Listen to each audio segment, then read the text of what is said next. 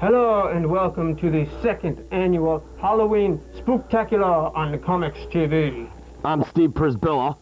And I'm Mike Rizzo.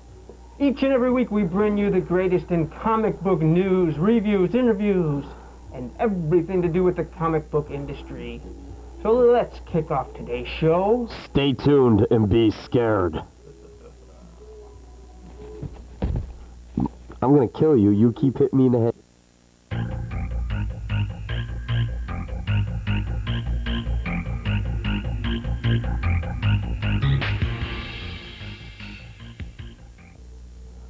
Late November sees the arrival of Warp Graphics' last two ElfQuest tales. This will round out their universe. Both titles will introduce new characters. The first title, scheduled to ship November 22nd, is Jink. About Jink, the heroine of her title. She may be the last surviving elf on the world of two moons, called Abode by its future inhabitants. And is the magical descendant of one of the ElfQuest's many popular characters. The other title, scheduled to ship November 29th, is The Rebel. A gang of youngsters caught up in the galaxy-wide mystery will find that they have allies in strange places. Friends who go back a long, long way on the world of ElfQuest. With the addition of Jink and the Rebels, stories set in the past, present, and future are now possible. But as we've seen with DC Comics, they better be careful with the continuity or the fans will depart in droves. Rebels will be written by Berm Hawkins, art by Defy Barrow and Jen Moras. And Jink will be written by John Osterd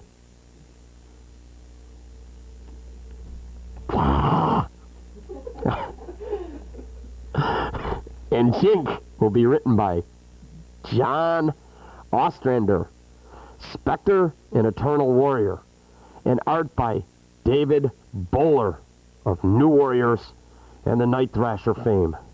Link, or Jink,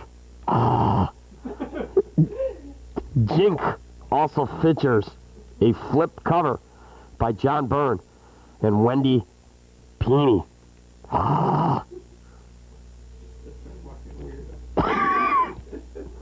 What do you think? It's warm in here, huh? Steve, the spitter has been taken back by his captives. In the meantime, Dr. Hastings has cracked the secret to life.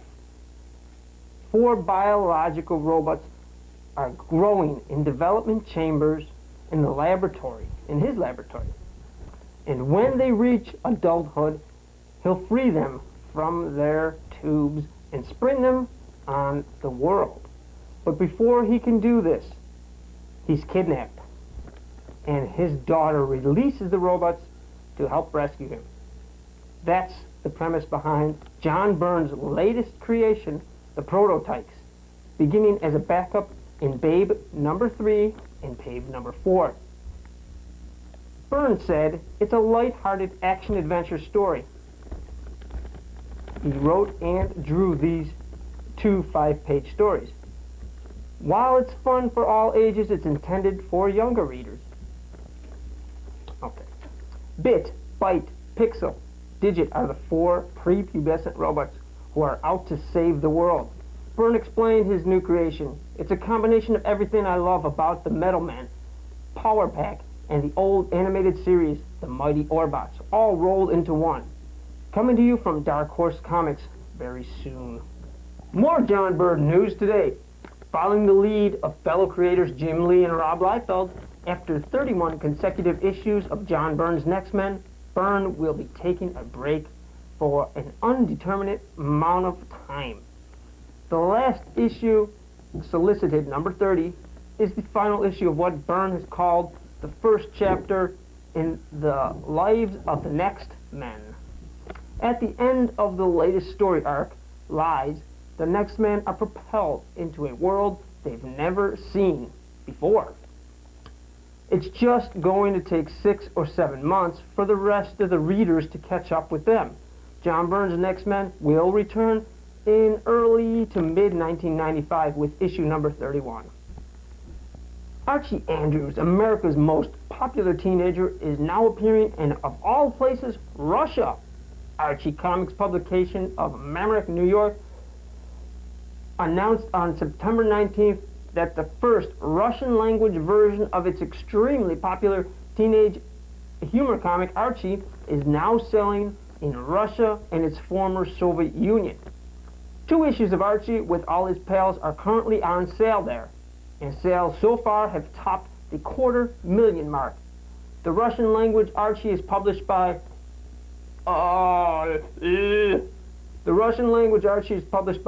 Machaon Publishing Company. We are now working on a pen pal club, stated Michael Sieber-Kleit, chairman and co-publisher of Archie Comics, which will encourage Americans and Russian children to correspond with each other. Archie's next step will be, of all places, China! That's it for the comics news today. Maybe we can find Steve. Help me look. Help me look, please.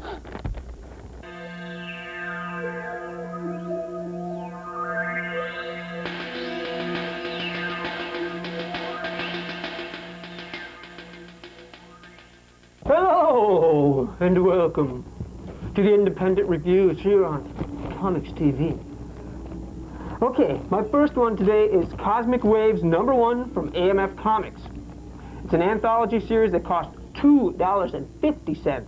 It's a little pricey, but there are some very good stories in here. Andrew M. Ford of Rib fame, small book that we've reviewed before, started this anthology title. It'll be attracting a variety of contributors outside the comic industry, such as prose and other types of writers like that. This issue is a collaboration of small press people, and it's very good. The art is very good, showcasing a variety of styles. The stories are all, they all fall into a science fiction vein, but they are all at times different ends of the spectrum. I was impressed, most impressed with the quality, considering that Andrew's previous book lacked quite a bit of quality. There's very good art in here. The stories are good reading books. It's a definite book to pick up if you are into anthologies or sci-fi stories. Next, I have Veronica, #39 from Archie Comics. The writer, artist, and inker don't really matter because you could put anybody in there and they'd look the same. But if you want to know, Bill Gullier is the writer, Stan Goldberg the artist, and Henry Scarpelli is the inker. $1.50, good price. Let's see. This is part 4 of and the end of the Love Showdown. This is where Archie had to pick between Betty and Veronica. His secret letter writer is finally revealed, and it turns out to be a flame from his past. There's a couple of backup Veronica stories. It's a good ending to the showdown, but it actually continues in one of the following issues, and there's a trade paperback and such where they add a little more in. So it's the same old sexy characters, same old Archie art style, great for kids, and it's a good, enjoyable book without blood and guts, and I suggest that you do get this one. Next on these ghoulishly good reviews, Team 7. It's an Ashcan promo from Image Comics, written by Chuck Dixon. Aaron Weisenfeld is the artist, and Trevor Scott produces the inks. There's no cost on this one. The newest creation out of Jim Lee's Wildstorm Productions. Set in the 1970s, it's a military group. The government keeps trying to kill. They send them on these missions that are supposed to fail, but they come back alive every time. Characters include Lynch, Grifter, and Cray. It's great, typical He-Man style artwork. I found the story better than most Image books, with 26 pages. Holy moly, 26 pages in an Image book? Anyhow, there's tons of detail. It looks great in black and white. I would say that this is a book to get, especially if you're an Image fan. And lastly, I've got Dr. Andy #1 from Alliance Comics. It's written, drawn, and inked by Andrew Paquette, $2.50. It's about a creator who writes as good as he draws, which is hard to find. There's not many of them. This story is great. 27 pages of story, full of story, artistic details. The book's about Dr. Andy, his clones, and Betty, his gorgeous assistant, who wears dresses, fishnet stockings, and high heels while she works around the house. Dr. Andy is an inventor, and his latest creation is a teleportation device, which is wanted by the U.S. government. Dr. Andy's competitor, Dr. Phineas, also wants Dr. Andy for the latest practical joke he's played on him. It's a nicely woven story, full of characters, action, and all kinds of good stuff. So I think that you should take a look, try and find this one, Alliance Comics. And that's it for the Independents today. Presenting in the category of Best Domestic Reprint, veteran of EC, Atlas, Warren, Secret Agent X9, Star Wars, the irrepressible, we know because we tried to repress him, Al Williamson.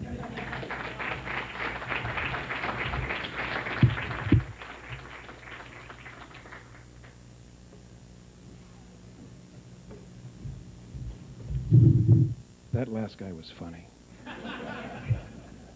That was funny. Funny stuff. Okay. I'm supposed to say something. Oh, yeah. Seriously. The reprinting of the old masters from the 20s, the 30s, and the 40s, I think is very important. These are the guys that inspired us today. And I think that their work should be preserved. People like that are on this list, for instance. Tarzan by Harold Foster, edited by Bill Blackburn.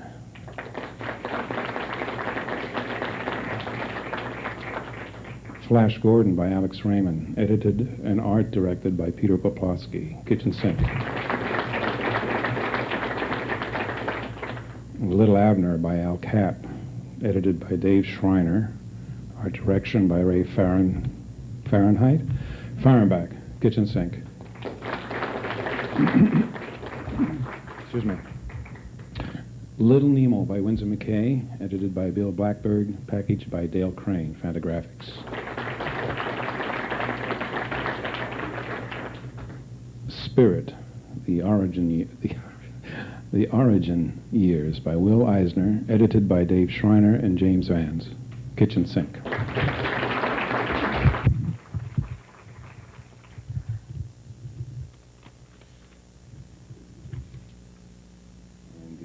Goes to Little Nemo.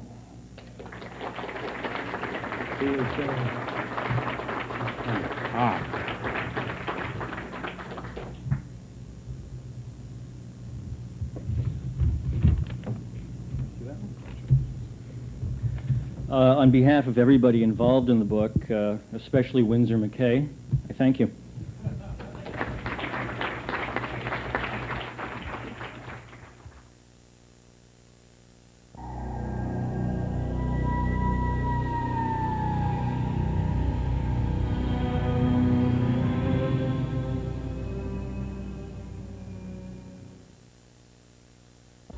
This week on my mainstream reviews, Jurassic Park Adventures, My Homeland. Number 6 from Topps Comics. Steve Englehart, who tasted very well, is the writer. Chaz Trog is the artist, and Paul Fricke is the inker. Cost is $1.95. Alan and Ellie are on the hunt again for Elf, Betty, Celia, the escape raptors, to put them in captivity, but has to kill one of them to save Ellie. That was not smart. The story in this one was excellent. The artwork was excellent. The color was sketchy, even though I'm colorblind. But the humor in this one was hilarious because we eat humans. We don't talk to them. But my overall grade on this one was very good, and this one is a definite for Jurassic Park fans.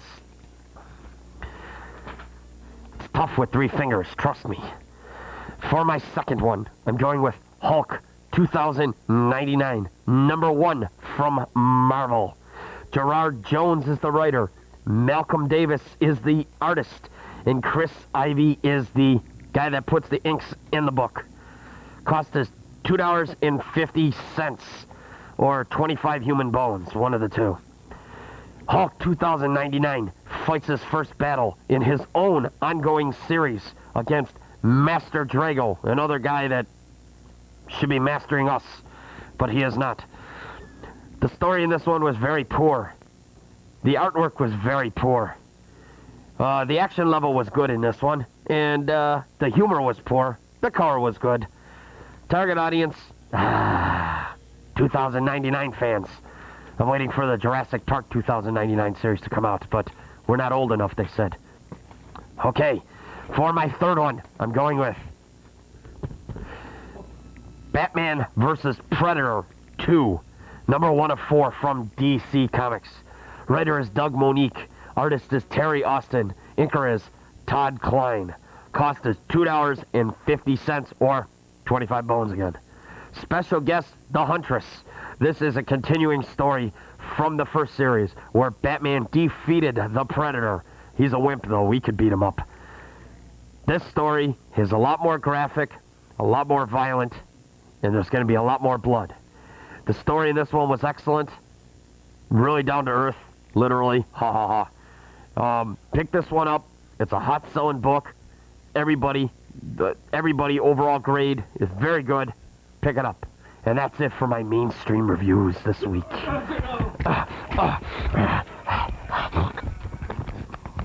out of here, I'll kill you. You'll never evolve. Goodbye. I'm going to tell you something, Clay. What is it, Morg? I'm better than you. I've always been better. I can beat you, Clay. Now, you hit it. And you better hit it fast.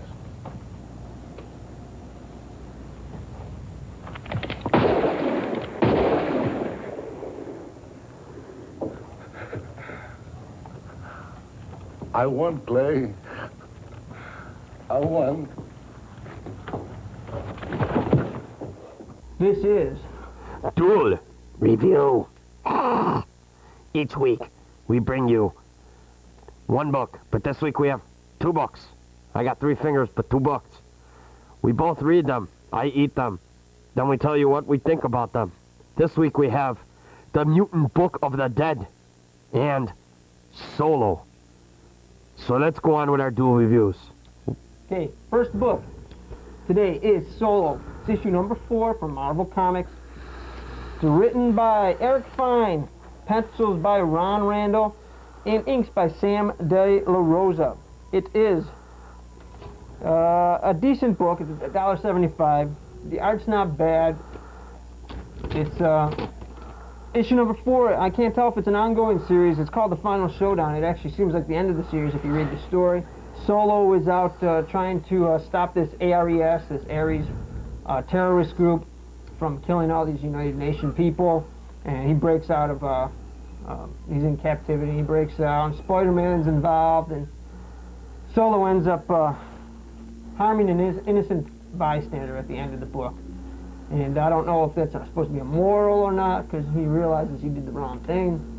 You know, the story was okay. The art wasn't great.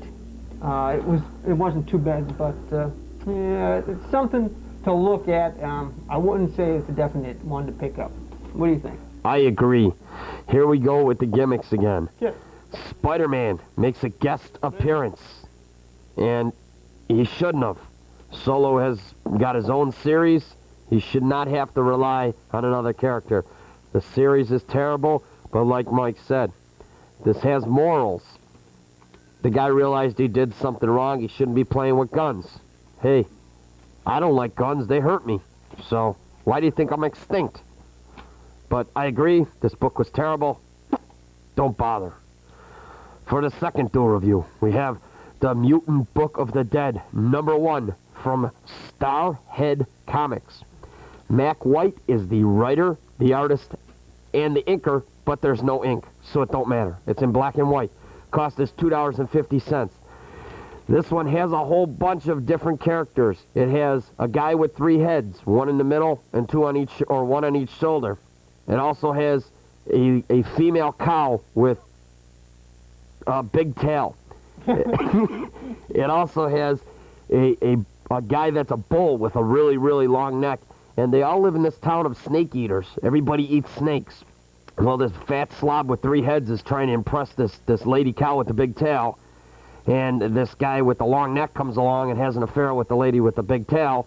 And the guy with the 3 heads comes in and kills the guy with the long neck. I hope you understood that. This book was good writing, good reading, but this is for mature readers only. Kids, you cannot read this, or I will come over and eat you. You can't read this. Yeah, there's a little nudity in there. Little nudity, obscenity, graphic situations, something actually kids probably won't even be interested in because they'll want a color comic, not black and white. But all in all, if you do collect it, it is good reading, it is good artwork, and I would recommend picking this one up if you got it and you're a mature reader. I have to agree 100%. I think that Mac did a great job on this book. Very much It's so. enjoyable. I guess it's just a one-shot. He's on the internet, and I've spoken to him before. And I guess this is just a one-shot that he did. There's a whole bunch of little stories. They're all woven together. And, you know, they have the, I forgot the name of it, but the the beauty pageant for the... Yeah, the cows. For the cows. Or the weirdos of the town. The mutants there. And one puts a whammy on all of them with her evil eyes. She's got eyeballs that stick out this far that taste so well. And it's really, it's unique. Yeah, but it's a good book. And I agree. Today we had Solo, and we both said it's a okay book, but don't buy it. Not something to buy. And we both like the Mutant Book of the Dead. Yes, I agree, 100%. Okay, we'll be back in a moment. Were you gonna say something? This week, I have a special guest. Cousin what? Cousin It's Cousin from Albuquerque. This week, I want to do a special on Mars Attacks for Halloween. Now, Cousin what? Were you scared when you read these books? You're very scared? Do you want these aliens to come down and get you? No, shucks. Can I eat you? No, damn. Okay, these books are a limited print from Topps Comics. You cannot find these books hardly anywhere. They sold out very quickly. These books consist of 2, not 1, but 2 separate stories. They have the old 1950s when the big spiel with everybody coming and saying that the books and the cards are too graphic for children and this and that, and the comic commission didn't want them out and all this other stuff. Now they have the revised version of now. The ones now, wouldn't you say, are a lot better? Yep. Oh no, Cousin What lost its hat. Good hint, huh? But these books, I highly, highly recommend. They're very colorful. The artwork is phenomenal. It's very graphic, like I commented once. Very, very graphic. There's a lot of violence, a lot of blood and guts. My type of book. A lot of bones are showing. But if you can pick these up, go out and get them. They are highly, highly collectible. Now, I know every week we talk about buy a book to read it. Read these before you collect them, right? See? Read them. Just don't throw them on a shelf, but buy these books. They're phenomenal. Oh, here, take a quick look at them before I eat them. And lastly, I've got this, it's a newsletter, comes out like every other week, called Lead Balloons. And what it is just a bunch of reviews on a lot of small press books. It's just a, couple pages. It's not... 4 pages. Let's see, 12 issues, subscription is $5. You can get them at the internet at lballoons@aol.com. If you're on America Online, you could just look for L Balloons, or you can write to them at, let's see, P.O. Box 1528, Ypsilanti, Michigan. 48197. And it's a pretty good book. If you like the small press stuff, take a look for that. Where the hell is Ypsilanti? It's in Michigan. Ooh, is it near the LaGuardia tar pits? I'll spell it. Ypsilanti. Ypsilanti, Michigan. 48197. It's a pretty nice little thing. Usually what he does is he highlights one book, he shows some artwork from it, and you know, stuff like that. So that's about all that we've got this week. One thing that Steve wanted to tell you about Halloween and trick-or-treating. Be safe, kids. Never accept bones or candy or anything from people you don't know. Never eat unwrapped candy. Always make sure it's wrapped. Make sure your parents check it out real nice. Never get into cars with dinosaurs that look like me. Anytime. Never do it. Always go and talk to a parent and say, hey, get the license plate number. That could be a bad dinosaur, like me. Unfortunately, unless you really know someone, don't even eat fruit or anything. No. You can never trust people. If you do have that, best bet is to cut it up. Make sure that there's no razors in it, because always, every year, some fruitcake throws a razor in it. It hurts kids, and that makes me very angry. I'll go to his house and eat them. So be careful, kids. Halloween's a fun time. Trick-or-treat safe, and have a good time. We hope you had a good time with our Spooktacular, second annual Spooktacular show. And hopefully next year, for our third annual Spooktacular, we will be nationwide, and you'll be able to see us all over the country. Yes, we're getting there now. All of you people that have been watching us, we thank you. Very much so. We've been on the air for about 14 months now, almost 15 months. So you stay with us, and things are going to get bigger, better. Everything. And as we say each and every week, when you buy a comic, read it. Just don't throw it on the shelf and leave it there. They are printed to be read and then collected. So next time you patronize your local comic shop, tell them you've seen it on COMX-TV. Bye.